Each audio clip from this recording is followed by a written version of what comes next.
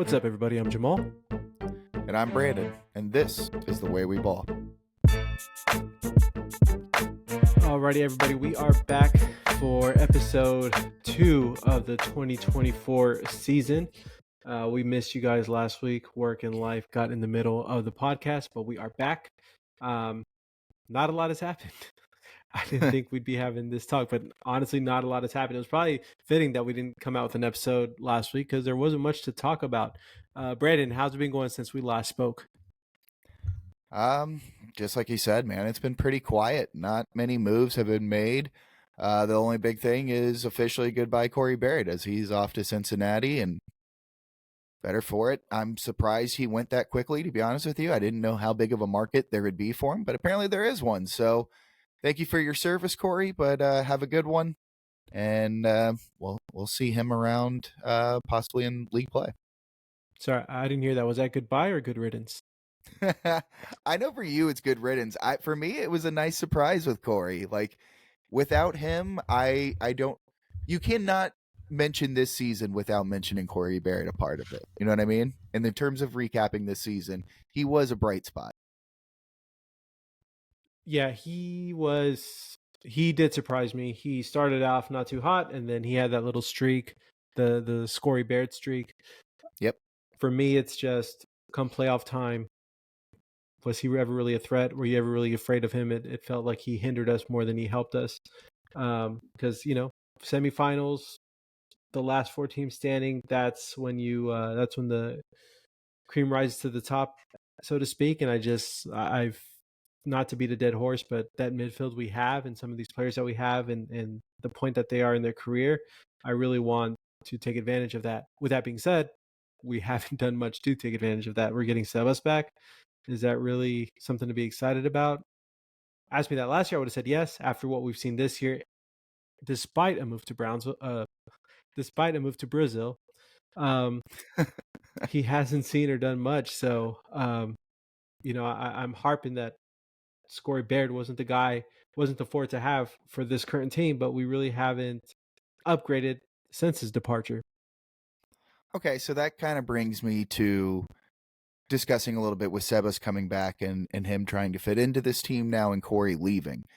Because you're not big on Corey. For me, I'm fine. I'm a little bit higher on that. So in this aspect, Corey's gone, and now we replaced Seba with him. Sorry, my apologies, Sebas.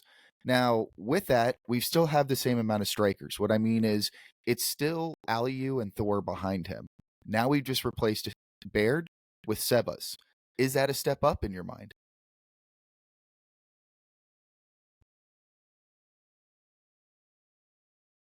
Are you asking me any other system? Yes. Ben Olsen's system? No, because of what he asks from his striker. So that's why I'm nervous. Like I said, we haven't upgraded. Typically, I'd say yes, just based off skill. We know Sebas can score. He had some beautiful goals the year prior to last year, but that's not what Ben Olsen is asking when it comes to his forward. And we now know the style that Ben Olsen looks for, what he wants. And it's frustrating because I believe we don't have Sebas because we think he's the best fit. We have Sebas because no one's going to take that contract, and that's not a good thing. So this is where I'm going to push back. I think we know what Ben wants when it comes to our defensive shape and how he wants the formations to look and kind of the gameplay to go out. I don't think he really knows what he wants in his striker. Because if you look behind Corey, Aliu, okay, a little bit, but he's a big, strong guy in the box that's like, he's got good speed, but just bad at finishing. And then there's Thor, a big, strong guy who's good in the box, but not very fast. And so then there was Corey, who had great runs, but wasn't very big and not very strong. And he was the one that started, but then you have 2 big, strong guys behind him. Now you're bringing in Sebas, who I think as long as he can score goals, I mean, he had 13 goals and 3 assists in his first season. In fact, the most surprising thing is that was a record, by the way, for the Dynamo. For somebody in their first season with the Dynamo, that set a club record for 13 goals. And that was, granted, on a really crappy team. We keep saying, can he buy in? Can he buy in? That is a big question. I do wonder that myself.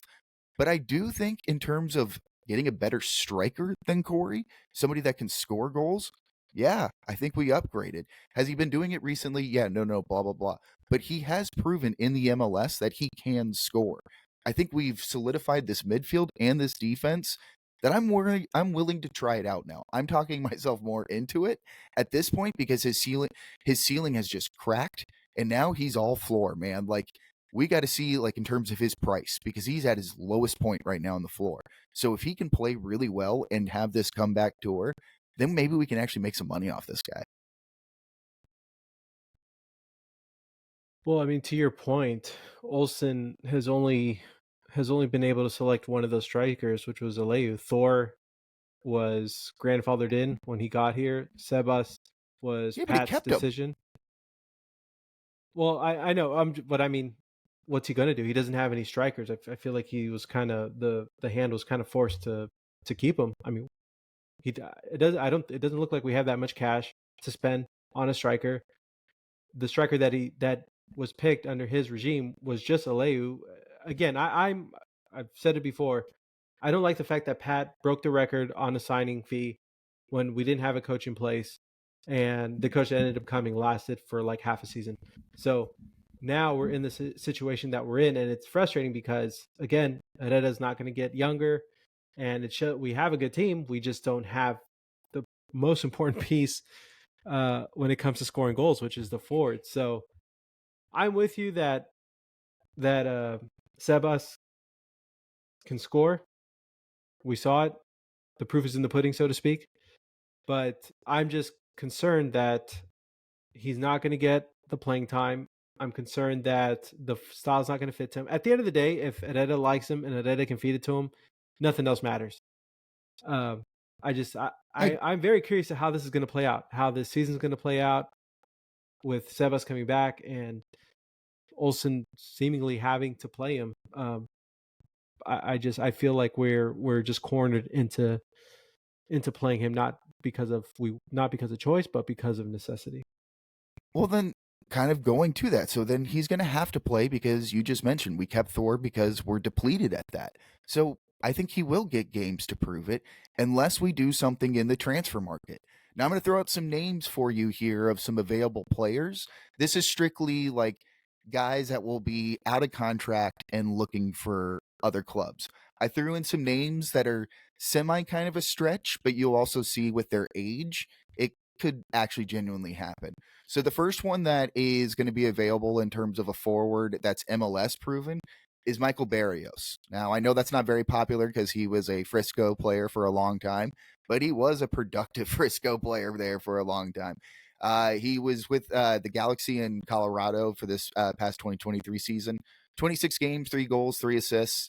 Uh, he's kind of a hit or miss player. I mean, if when he's on, he's great, but when he's off, he's absolutely just miserable. But he could be a good depth piece. Another good one. Now, this one is pretty much a stretch, but he's old. Marco Ruiz down in Portman. He's going to be 34, man. That's a big swing, but wow, if we could get him, that would be incredible.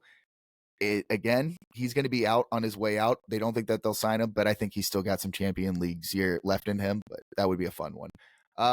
Olivier Giroud. I know that one sounds funny. He's 37 years old, but he has already been approached by Vancouver and Atlanta United. So it's not crazy to say that he could come here. He's still actually producing. So I think it's somebody that his game would translate over here in the MLS. Alexi Sanchez, 35. Same thing with Inter. He's hasn't been that great this year, but again, he has played in all their Champions League games. At 35, aging out, would be a great fit here down here, especially the Chilean striker. And then finally, Michael Antonio. He's 33 years old.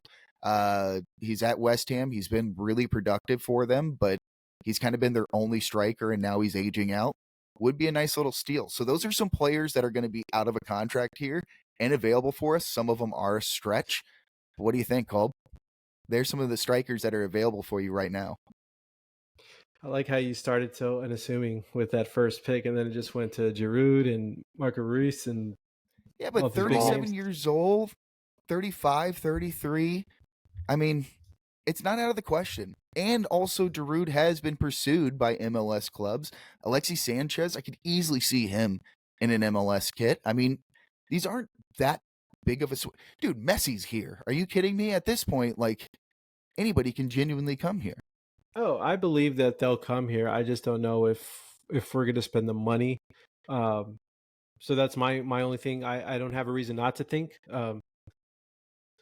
Ownership has shown, Siegel has shown that he's willing to put in a pretty penny towards his team. I just think I have PTSD and I'm not used to an ownership actually investing. So I think Giroud would be awesome. Um, I like Alexis Sanchez. If I'm being honest with you, out of all those names, I would love to have an Alexis Sanchez here. Um, and I mean, Spanish speaking guy, I think he would thrive in Houston. I think he'd do really well here. Because a lot of these guys, like take Gerard for example, when he came to the US, he was miserable, didn't last very long. A lot of these dudes, it matters for them to feel comfortable, to enjoy living in the US. And so out of all those dudes, I could really see Sanchez outside of the field thriving in Houston. That's a good call because Gerard did even complain in the LA, quote unquote, LA heat, which is just hilarious because you tell LA, I think just sunny and gorgeous, but wait till he came to the shell, you know? But yeah, you're exactly right. Adjusting to the culture in terms of just literal temperature is a big one. Yeah. Alexi would be a Well, nice fit for that. I'm here for it. where's Gerard at right now? Since he was so worried about the culture, or the not the culture, the heat. Now he's coaching in where is he? The Turkish leagues or the Saudi leagues now? He's in Saudi, and I think they get a little bit hotter than LA. So Yeah, I don't. yeah. Now he's in the desert. But I remember another complaint he had was the travel. People don't realize how big the U.S. is. And I mean, coming from England where it's just a 30, 40-minute flight, like chartered flight, and then you come to the U.S. where you're switching time zones. So Yeah. that's why, like, I feel like any little advantage you can get in these guys being comfortable living here, go for it. So, I mean, out of all those guys would sound great. I could see Alexis Sanchez really, really thriving. And I think he gets along with Griezmann, right? So. Yeah, yeah, exactly. No, so okay, in this case, talking about these guys, we would need, as you mentioned, money. Coco, he hasn't been sold, man. He's still sticking around. Why? I think if we're selling him, it's going to be a last second sell to. I think he's going to Spain. Uh, I think it's just the business. You wait till the last minute to see who's really a player in the game, who's calling a bluff. I just think the whatever suitors are involved, I think they're just waiting last minute to see if he really is a hot commodity. Because I know there was rumors that he's going to Mexico. I just think they're just playing hardball. I think he's going to be gone. I think it's going to be a last. When you play FIFA and it's like that last hour. As the window's closing in that hour? Yeah. So. Well, okay, you say they are playing hardball. Who's they? Do you think it's other clubs or do you think it's us? I think it's us putting out that there's more interest than there is. I mean, I could be wrong. I'm speaking from a fan's perspective. So in my eyes, he lost all the hype that was there this playoff run. But yeah, I think that the Dynamo are playing hardball because Pat has made it clear he has a specific price tag that he has for Coco. And I don't remember what that is right now, but I think Pat's trying to get as close as possible to that price tag because I think he hurt himself this last season. But Coco's kind of more ball out on this upcoming season in terms of returning with us. So, I mean, is he really going to be that thrilled? We're like 5 weeks away from the season starting. So in this case, do we want a Coco who already has coming off a bad stint in terms of bad playoffs? I don't think he'll be disgruntled. I don't think he's that kind of guy. Plus, I don't think that locker room would allow it. But I'm starting to get a bit worried. I'm starting to worry that the market is not what people thought it was. But we kind of need to sell him. We have these glaring holes that his position can already be fixed. Well, yeah, I mean, I feel like the reason this offseason has been so quiet is because of two guys. That's Sebas and that's Coco. We're not doing anything until we move that payroll, move that salary out of the payroll, and move those slots, move those DP But we have a slots, DP slot right now, though. We have one DP slot available after getting rid of Teenage. I could be wrong, but I think that if they're going to use that DP slot, they're going to swing for the fences, and we can't swing for the fences with all that cash that's being tied up right now in just those two guys. I think it's a matter of one of those dominoes falling. I think the easier domino to fall is going to be Coco. I don't see anything happening until he's sold, unfortunately. My fear I is think, now that. Go ahead. well, just that I think he's gone. I don't think he's going to be wearing orange or purple uh, come day one or come game one. I just I just don't know how much we're going to get from him. And keep in mind, I think Pat. I take it back. I was going to say I think Pat's on a short leash just because of how much he spent on Sebas, but we had an incredible run, and so I don't know if he's on a short leash now. Looking back at it, financially, I think he is, and that's why he's trying to get the most out of that Coco deal. But at the end of the day, you're here to win. We got a cup. We went to the semifinals, so I don't know if he really is on a short leash. I'm honestly hoping for the comeback of Sebas. Like, I really am, because at this point, we all have to drink the Kool-Aid. It doesn't seem like he's going anywhere. Oh So, man, look, I'll be the first guy to buy a Sebas kit. I want the comeback to happen. Like, not only is he like, I mean, not only do we need it, but he's a marketable dude. He's a good-looking dude. I could see him like really being the face of this franchise if he can just play consistently and score. Like, I mean, just think him and Herrera. I could really see them being like the dynamic duo when you think of a face for the Dynamo. mate, Sebas gives me that vibe that when he's on your team, you like him, but when he's not on your team, you easily hate him. You know what I mean? Like a Oh yeah, Grayson Allen or something like that, because he gets very hot-headed, and I don't think it's like an Escobar where it's a hot-headed that it's for your team. His hot-headed is for Sebas. You know what I mean? Like, oh yeah. I He's just think, definitely a poor man's version of Darwin Nunez. yeah, I mean, yeah, to me, he thinks he's like Ibrahimovic, but he's just Sebas. Like, it's very frustrating. I'm curious if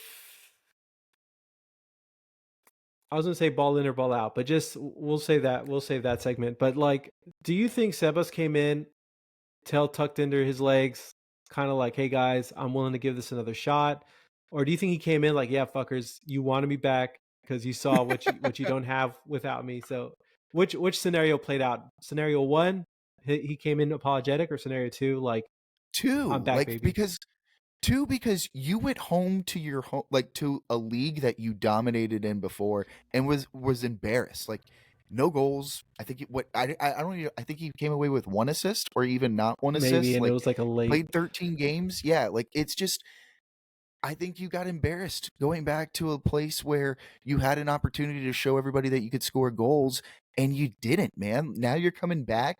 You've been embarrassed in terms of being outplayed in Ben's system, and kind of when you thought, fine, what are you gonna do without me? Okay, we went to the semifinal in the Western Conference and we won the U.S. Open Cup over Inter Miami. Like, I think we can live without you. At this point, you can't live without us. Your career will extremely, in a lot of ways, die if you don't make some sort of comeback. Do you think part of it had to do with him getting that big payday? Because you know how they say a lot of these guys get demotivated when they get that big paycheck. Do you think that's a an issue that we had with Sebas? Yeah, but I think that pendulum swings both ways. Like, I know getting a big payday, people can feel like, oh, they just buy big houses and cars, but it can also swing the other way. A lot of people start coming at you for money, and that can be super stressful when you're dealing with so many people on a payroll. So, like, could be one way or the other, and especially trying to adjust in America, like on a fat sack of money. Like, I could see that being something that can just kind of cripple you a little bit, and now you're in a system that doesn't fit you, and you're just a little bit peeved, like, hey, I was the goal scorer, I set the club record here, and now all of a sudden you're demoted and Corey Baird's going to take your place. Like, I could see that being a big ego demotion. My hope now is that this locker room is so solidified with like good vibes and good times that it builds them back. We got to make it that happen that way, otherwise this is going to really hurt us. Like, it really will, especially with nothing going on. Would you be willing to take a loss financially if that meant getting rid of him and going after someone we really want? Yeah, 100% at this point, for sure. We got to start looking towards the transfer market of getting some players in. You know me, I want MLS guys, but that seems to be drying up a little bit of the talent available. So we'll see. It's crazy to me that like there's already media day and the season is just creeping up so quickly. Um, but yeah, so okay, based on what we've seen so far, do you think there's going to be a change in the team shape or the game model as far as all the personnel changes that we're seeing? So I think in that case, are we going to see a different style of play or mentality? Is how I take that question. No, I Yeah. think we know what butters our bread. I I think we revisit that question if Hector doesn't look like Hector from this past season. What I mean is, I don't know, maybe he ages, maybe he gets injured. We'd have to really adapt. If he can be the same type of fluid point guard esque type of player, no, we live and die by that. Yeah, I don't. It's too new. We went too far. I think that'd be too drastic to just change our identity and the way we play and who we are. And I feel like that style really fit us, really fit the guys we have on the Yeah, squad. Really, it's like Pat had mentioned on his press conference when he got hired. Like when you played Houston, you knew who you were playing during his playing days. You knew that it was going to be a tough day. It's going to be a hot, tough, physical day. Like you knew who you were playing or what you were getting when you came to Houston. I feel like while the identity is a little bit different, it's still an identity. And so now yeah. with this current team, people know what to expect when they come to Shell Stadium. Well, especially through two coaches of Tab and Naga, where we just kept screaming about the tactics and the way it was played. Like, it was so frustrating. That's not really how the fan base perceives Ben's style of play. Like, it's more frustrating where it's like, God, if we could only have some guy who could finish, you know what I mean? It's more about like getting the right piece, not about how we just hate the whole entire system. So I think everybody in terms of how the style of play is not only instilled in terms of the team culture, but now it's a lot of the fan culture. We're more excited for this team, and with excitement comes expectations. Agreed. Alrighty, Brandon. So our next segment, one of my favorites, Balling Around the Globe, the segment where we take a soccer story from anywhere in the world and present it to you, our faithful listeners. Brandon, you want to kick things off with this week's Balling Around the Globe?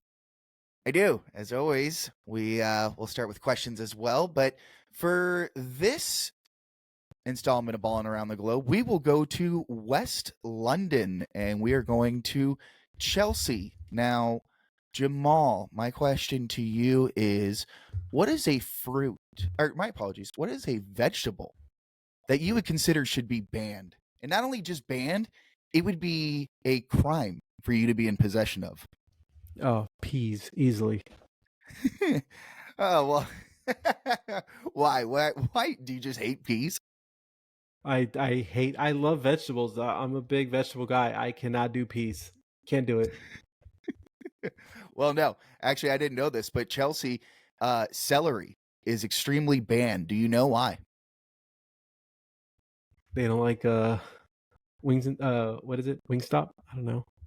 Yeah, exactly. No, so Chelsea fans have been bringing celery to the bridge for decades now, most likely in order to pay homage to their chant, celery. They have a chant that's specifically on celery. But however, according to a club statement, the Blues have reminded fans that bringing celery to the ground is in fact outlawed, and that any fan caught bringing the dangerous vegetable to the ground could face a lifetime ban from the Blues' home ground. Now, they went on to say from the club, the throwing of anything at a football match, including celery, is a criminal offense for which you can be arrested and end up with a criminal record. In future, if anyone is found attempting to bring celery into Stamford Bridge, they could be refused entry, and anyone caught throwing celery will face a ban. The statement then goes into direct fans to a hotline they could call to report others seen carrying celery, promoting that all calls will be treated in confidence. So Jamal, were can they you bringing believe the that? celery into the ground? Yeah, and then so they would throw them at fans, or they would throw them at players and stuff like that. And it's apparently during a chant of celery. So now it is a criminal offense to carry celery. It's like it's not very aerodynamic. It's not going far. Like get a melon, I mean get a that must be kiwi. a yeah, dude. You need a chooch to kind of throw some celery. Wrestling, you got like a whole stock or something like that. I doubt they're bringing sliced celery or maybe fill a little ants on the log. But yeah, there you go. Can't bring celery to Stamford Bridge, so if you're eating healthy, I wonder if celery is like sold in like stores. No way, not like you can't like go to the. I doubt they have like a local Trill Burger in their stadium or whatever. Isn't their rules different? Like you can't have any Yeah. alcohol during the game. It's only at halftime or whatever. Yeah, yeah. So I was just there last year, and I'll be there next week. But Yeah, yeah, baby. so no food, no drink during the match play. You can run out like during halftime. During halftime, you can run out to the concessions, and there's a designated drinking spot, but you have to kill it. Like you have to chug it before the match is on, and then run back to your seat. So yeah, it was very different not having like food or drink. Like you're just sitting there empty-handed. I mean, it was a cool experience, you know, because like there's sometimes like when you're walking back to your seat at Shell, you don't want to step on someone's burger or whatever. And it was funny because I was talking to a local there. I was showing a video of when I went to go see an America game, and I was showing them how like at Azteca, like there's ramen noodles. They even have like the pan dulce. Like the concessions there are just so different from what we're used to. And he thought it was the craziest thing having somebody go up the aisles with the cart, like the same way we have like our beer vendors, right, at any pro sports.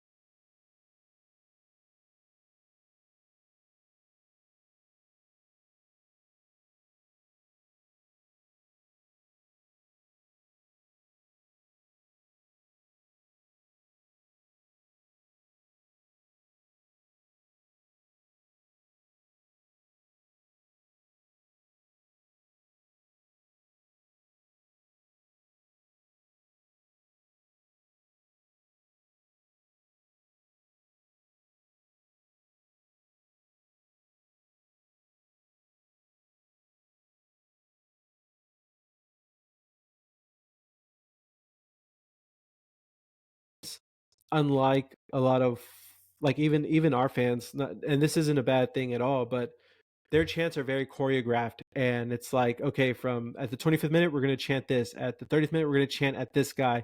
And where us, it's like, you know, the drums are just nonstop all game long. There's not a lot of cohesion. Again, there's no right or wrong way. Each culture is different, and I love that we're more, you know, me being Hispanic, I like that we gravitate more towards the Hispanic side, but I can appreciate the English way of cheering. I guess it's a lot similar to the German style too. Dude, anything besides American sports style of chanting defense, like Oh man. it's so uncreative. It's my number one thing I hate the most about just quote unquote American sports chanting. Well, are you ball in or ball out on basketball games with the organ player? I think it's dope if they're playing like as they're dribbling the ball up and stuff like that. Or the organ works even better, especially in like hockey, right? Right before a face off, Yeah. like it's more iconic in that. Baseball included as well. But when it's the most simplistic of chants, there's really nothing like. And not only that, in American sports, if we like a chant, then we beat it to death in every sports. I believe that Yeah. that it goes into everything. It's so annoying, man. Like nobody comes up with their own thing, really. Yeah, there's that chant of the Seattle Sounders fan, I want to say, fight and win. that chant alone set U.S. soccer back about 10 years. Nobody took us seriously with that chant. They still don't. Like, I get in a bunch of crap on Twitter with English fans. I just got into one last week because I watch a lot of English soccer, all the leagues, and that's always like their low blow to me. It's like, oh, okay, whatever, yank, and then they give me that clip. I'm just like, Jesus Christ. So They just say, yeah, okay, fight and win. yeah, exactly. So, but so I was gonna ask you that you bring up Chelsea. I was having this discussion with somebody. Do you feel like Chelsea? Okay, just from the American fan standpoint, because I'm sure they're still big overseas, but I feel like Chelsea and Arsenal lost some of that like fandom here in the U.S. after Henri, after Drogba. There's still quite a bit of Chelsea fans, but it's nothing like it was in the early 2000s. Pulisic helped get a lot of Chelsea fans on brand when he was over there, because that was like the one team a lot of people could name if they knew where he was, or I should say Pulisic. And then Arsenal kind of had the uptick with the last season. Arsenal and like Tottenham became the fan who just didn't want to say that they were Liverpool fans or Man City fans. They wanted that kind of trendy pick, and that was it. Now Arsenal had like a little bit of a moment, but I think Chelsea more than anything is starting to lose a lot of fans by how much they're just sucking. So that's kind of Well, going against them. But remember, everybody was a Wolverhampton fan too for like a little bit. But hey, shout out to all them; they love us on Twitter. So oh yeah, man, I so am love I. the Wolverhampton guys. Whole lot of Wolves. Check out their pod. Me too. I'm not even a Go Wolverhampton Wolves. fan. Yeah, I'm not even a I'm not. Wolverhampton like I diehard, am. but I give those I have a guys love. tattoo. uh, what was I gonna say? Oh yeah, I'm just saying. Like, I remember in the early 2000s, even late 90s, you would randomly see Arsenal Chelsea kits. I don't see them as much, just from like the big six. Um, so I was just having that thought the other day because I feel like Tottenham has blown up. I enjoy watching Tottenham. I like Postecoglou Screw style. that. I hate Tottenham. Are you? You're anti Tottenham? Big time, dude. Out I of the London clubs, I like Tottenham and Fulham. I have a soft spot for Fulham because of Dempsey. And then I guess Tottenham I don't hate as much as I do like Arsenal, Chelsea, West Ham. Screw that, dude. I hate Tottenham. So growing up overseas, like I had a history teacher who was from that area, and I hated him. So then he had his club stuff all over like his classroom, and I just remember sitting right there and then in his class, like I'm gonna hate that team forever. And here I am at 35, still being like, I hate Tottenham. So some things stick. Rent free. I had Yeah, not on not his lessons. my last flight. My last flight I had a male Karen, and he was just a huge pain. And anyway, I found out he was an Arsenal fan. So just to Oh spite well. him, I hope they do terrible now. I hope they just fall down that table. Um, All right, take us around to your balling spot. all right, so this one was tough. I have two stories, but I think I'm going to hold the other one for our next episode because the one I'm holding is still to be determined, the final Oh. outcome of the story. So my second story is going to involve flying and airlines. I don't know if you saw that viral picture of Alaska Airlines and the door just completely came out. Yeah. Did you Well, see how much they offered people? 1,500 was it? Yeah. Right? For the door blowing up at 16,000 feet, you give me $1,500. Guess where you can go? The funny thing is, it was probably 1,500 in like flight vouchers or like Yeah. redeemable with Alaskan Airlines. Well, I bring that up because AFCON has started, the African Cup of Nations, and Mm. Gambia was on their way to play Ivory Coast. Well, they got up in the air and they lasted about 6 to 7 minutes until the plane started losing all of its oxygen. Plane had Oh to do my a quick turnaround. God. They had to ask for an SOS landing. Luckily, they were given it. There was a clear runway that they could use. They landed. Luckily, all the players were safe, but it did take its toll. It has not been a good week for the Blue Skies. Oh my God, dude. Losing oxygen, that is. I would rather the door blow open than losing oxygen, to be honest with you. Like, if I'm going out, but speaking of the door blowing open, did you hear that it was like a kid's, like his shirt got like ripped off of his body and blown out of like the door? Could you God. imagine, like, just you and me are up there right now and it just I'm going to be blows up there off? next week. That's why I'm like not trying to hear it. Yeah, but just making eye contact with each other, but you're like, oh my god, this is terrifying. But like one of us is shirtless. You're just like, yeah, this is a little bit like worse. With my luck, it'll be like the pants, and I just have to be free balling the whole trip back. Yeah. You're just telling your girlfriend, no, babe, it's fine. I'll do laundry when I get there. It's funny Yeah, but because that's incredible.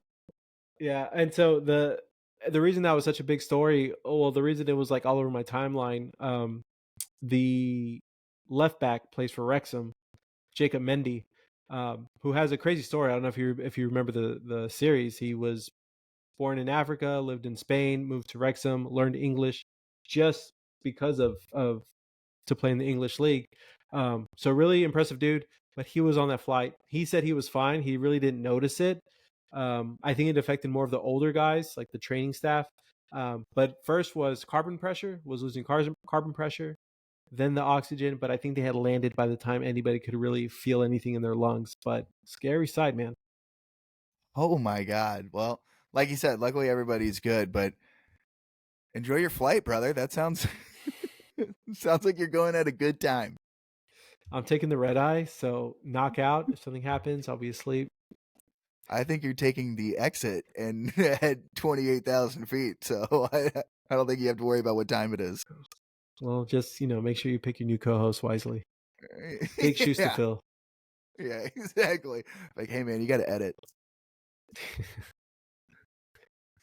All right. So that was our ball in around the globe. And then we go to our ball in, ball out, where we take different topics and let the people know whether we're ball in for them or ball out against them. Brandon, what is today's first subject? As always, they're just silly and dumb. But today we'll start with one that I actually posted up on Twitter. So, Hell in the Shell, it gets a dome, but the trade-off is we have to play with turf. You ball in or ball out for that? Ball out. Soccer should never be played on turf. And look, I don't get the whole it's too hot thing. Like, shell is not an issue for me. We don't play those afternoon games anymore. Like, yeah, it's uncomfortable at times, but like you live in Houston, you know what you're expecting. I don't think the heat is as big of an issue as people make it out to be. Messi could play at 102-degree heat in Houston. That place is going to sell out. So yeah, Well, ball out. I'm not risking. I'm not giving up AC just for turf. So I'm out. so overall, yes, I hate turf. Like, I hate watching the games when they're played on turf as well. Like, I enjoy watching Sounder games because they're typically really good, so you can get a good feel of competition. And their home crowd is fun, but watching it on a television is not fun seeing that turf. So, in all, I am ball out, but I will say it would be sick for it to be like a cell, so that way it's hell in the shell cell. I'm here for that. So, if we could change it up a bit, sure. But overall, no, ball out. All right. So your next one here. This Look, one I don't. I'm gonna. Hold on. Before you go on, I Oh, don't get because they keep saying how expensive it is. Is it really that pricey to put some kind of tarp over the stadium? Like people throw in these temporary shades all the time. Is it really that difficult? I think getting it over the stands or over a specific section, like for instance, if we built one over the supporter section using that canopy style, no, then it becomes more to like an engineering structure because they do use that for Texas Southern football as well. So it does limit you on some things that you can do to make money outside of just for Dynamo. This is speaking like super ops related as somebody that has to do events and like you learn what you can and can't do. I think in essence, putting something over it, you could pick and choose areas. But overall, like no, I think a lot of it is like it comes down to like structure. Well, I'm just thinking of like Vancouver. Haven't you seen Vancouver? Vancouver has like a weird like netting, Yeah, and that little tent style. yeah, I don't. That seems like it could be doable. I mean, I don't know. They should have planned that knowing any summer Houston. They're like, I don't know, history could be different going forward. Could cool down. That just goes down again to like ownership seeing this as a real estate investment and not for what it was, a soccer team, because they were like, we got this plot of land, it's perfect, it's downtown, let's put the least amount of money possible to build the stadium. Yeah. Like, look, I love Shell, I love our home, but it's not up to par with some of these other stadiums. It's cheaply built. It's very basic. It's very bare bones. Again, I love my ugly child, but let's call it what it is. I think the fact that we have a literal badass pitch makes up for so much of everything. It's Yeah, like yeah, for when you sure. look out at that field of green, like it is just so well manicured that you kind of just fade out of everything around you. So you don't really pay attention to stadium aesthetics. And I know we won that award for best pitch, so there you go. That goes to show. It's funny because you do forget about it. Like going into Shell Stadium for the first time, you're like, oh, okay, it's you go around, check out the restaurants, whatever. But walking up and seeing that grass, you kind of forget about everything else, and yeah, it 100%. makes up for it. All right, so our next one, this one is going to kind of like it's just throwing out as a topic, but I'm going to spin it into something here to where I'm going to ask you a deeper kind of question with it. So the Dino Dose, they have to play all their games at Rice or UH. You ball in, ball out for that. So they're going to play their home games at U of H or Rice or and Rice, both. Either way you want to frame it, they have to either play half at Rice, half at UH, or they have to play one at the other. Mm, I don't know. That's a good one. I would say I am ball in just because of the eyes you could get there. Students bored, nothing to do, they can go check out a game. The current setup isn't the friendliest as far as like getting there. So it's kind of out of the way. So I'd actually be ball in for that. You can like plan a day out and then go to the bars in Rice Village or go to the bars there by U of H afterwards. So I'm ball in. So I will wrap mine up quickly and then kind of lead it to a bigger discussion here. Ball in because I think those kids are around those college kids' age, so it would be fun to watch it in that aspect. You could market it around like college night and do fun things at the games. The student section would essentially be their supporter section, so I think that'd be a lot of fun. Ball in for that. Now comes my question of you're talking about the setup. They play out there in Pearland where the Sabercats play. And the Sabercat setup is it's a nice setup. Don't get me wrong. It looks great. But there's nothing really out there. So now comes my question to you is what would it take for you to actually go out to a Dino-Dose game? The same reason the Space Cowboys sell out whenever a big name plays. I think it would take that. It would take a big name to go out there. Or are you saying like on a regular, I consistent basis, what would it take? I mean, yes, that too. But like, for instance, working with the Space Cowboys, we still get a good crowd even if we don't get a big person because we've built that in the community over time. It fits where we are. I don't know if that necessarily fits out there in Pearland. Like, I don't know. I've never been out to a Dynados game. I've worked with people who worked their games, and to me, it just doesn't sound like they have a thriving community that's really going to work there. So to me, I if you market it towards those colleges, I think that's an interesting kind of marriage there where they can kind of get behind that team and kind of adopt something. Well, I mean, you kind of hit on a point. If you really want to make this team like a thing, the way Sugarland is, and have people fall in love with it and have this like emotional attachment, I would have just named it Pearland something. I would have made it Pearland's team and give it that community involvement the same way the Space Cowboys did with Sugarland. Like when you think Sugarland, you Yeah. think Space Cowboys. I would have made Dynados all about Pearland, made that their first, professional semi-pro or whatever you want to call it, and just really focus on the Pearland community. I mean, looking back at it, that actually would have probably been a better idea, to be honest with you, because then you can use that as a bridge into the Dynamo. That's the only thing because I've been intrigued following like some of these Dynados signings, and I'm like, oh man, it'd be kind of fun because they did have after a Dynamo match, then they had a Dynados match. I was like, oh, they should kind of bring that back or do that every time.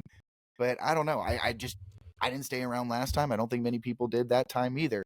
So there has to be something different because I think there is a market for that. As somebody that works in the minor leagues, I would like for to see that grow. Yeah, no, I would definitely like. I don't think I'm saying anything crazy. There's no front office staff for the Dynados. They kind of it just bleeds into duties of the Dynamo staff. So, if you want to go that route, I would definitely cut out a portion of the staff to really hyper focus on Dynados. Rename it to Pearland Pearlandos. Hot Shots or something like that. Yeah, like bring back an old cool name that we're used to, or just give it its own identity. And I mean, at the end of the day, that's Are you what's allowed to important. do that? Yeah, there's Are they? independent Because like teams in in MLS their Next. league, I really don't follow it as much as I should. You know what I Yeah, mean? look, like and this is an even bigger like rabbit hole, but unless USL changes their structure, that league is not going to be anything in the next 10 years. I think MLS Next is going to take over what USL Championship once was, and maybe even surpass that. If you look, a lot of the better ran USL Championship franchises have moved on to the MLS Next as independent franchises. I mean, Chattanooga Red Wolves, prime example. So unless USL, I really think USL needs to adopt promotion relegation because they're just a sitting duck. And if you look anywhere MLS goes to, they take out the USL Championship team in that market within the year. So USL needs to do something different because it can't play fair with MLS. It's going to get destroyed. So with that being said, yeah, you can be an independent club. You can rename it. It doesn't have to be Dynados. It's the easier thing to do because again, they want to use the same front office for both clubs. But if you really want to make that a thing and develop an identity, I would definitely rename it. Lose the Dynamo tie, or not lose the Dynamo tie, but Pearland something, and then kind of bridge that Have gap in like the between. same jerseys is what I would do, but just like your own logo Yeah. or the Same same colors. colors. Yeah, Yeah, or like the marriage it Dynamo that way. logo with But like damn, instead of a hexagon, like do it like a pear with Dynamo inside. yeah, no, 100%. That's actually dope. Let's get a bunch of money and buy this and do that. Yeah, I'm down. All right, the last one always is silly and nonsense, but this one I've noticed is kind of like a hot topic as I've been throwing this one around the office. But hitting the snooze button, you ball in or ball out on hitting the snooze button. I'm ball in. The snooze button Oh is that last amount of hope that what, if I take this extra 5 minutes, I'm going to feel so much better. You don't feel better, but no, it's just knowing that you have that little bit of extra time, that you're waking up on your terms, not on the alarm's terms. I'm all about the snooze button.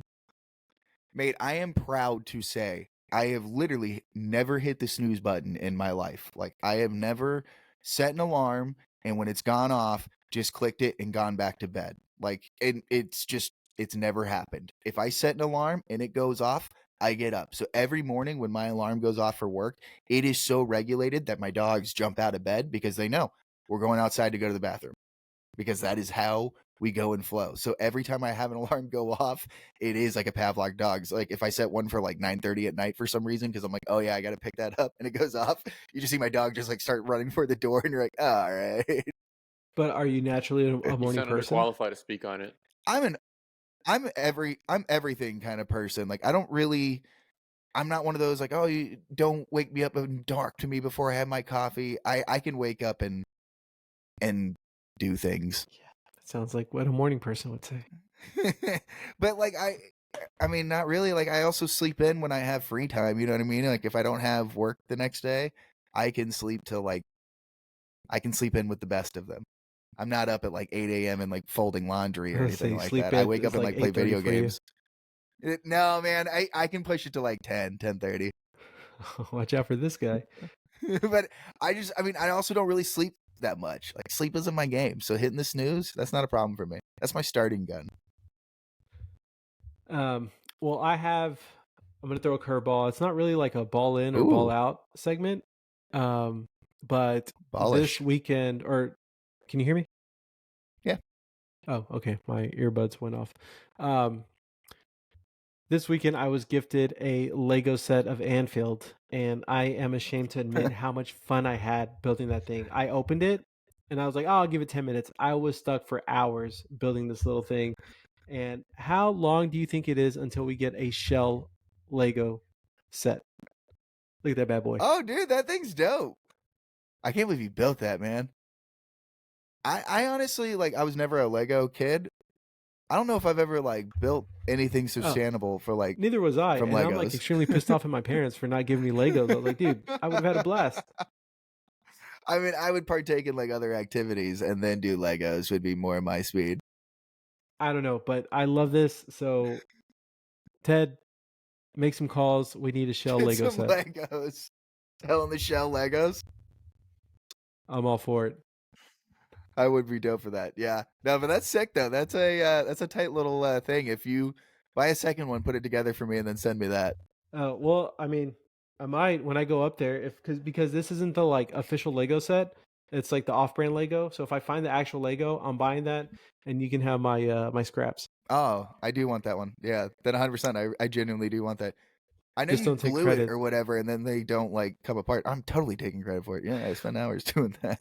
We'll end it like that. It was a pretty eventful episode considering we had no team news. So hopefully this time next week we will have some exciting news to share. But for this week's episode, I'm Jamal. And I'm Brandon, and this is The Way We Ball.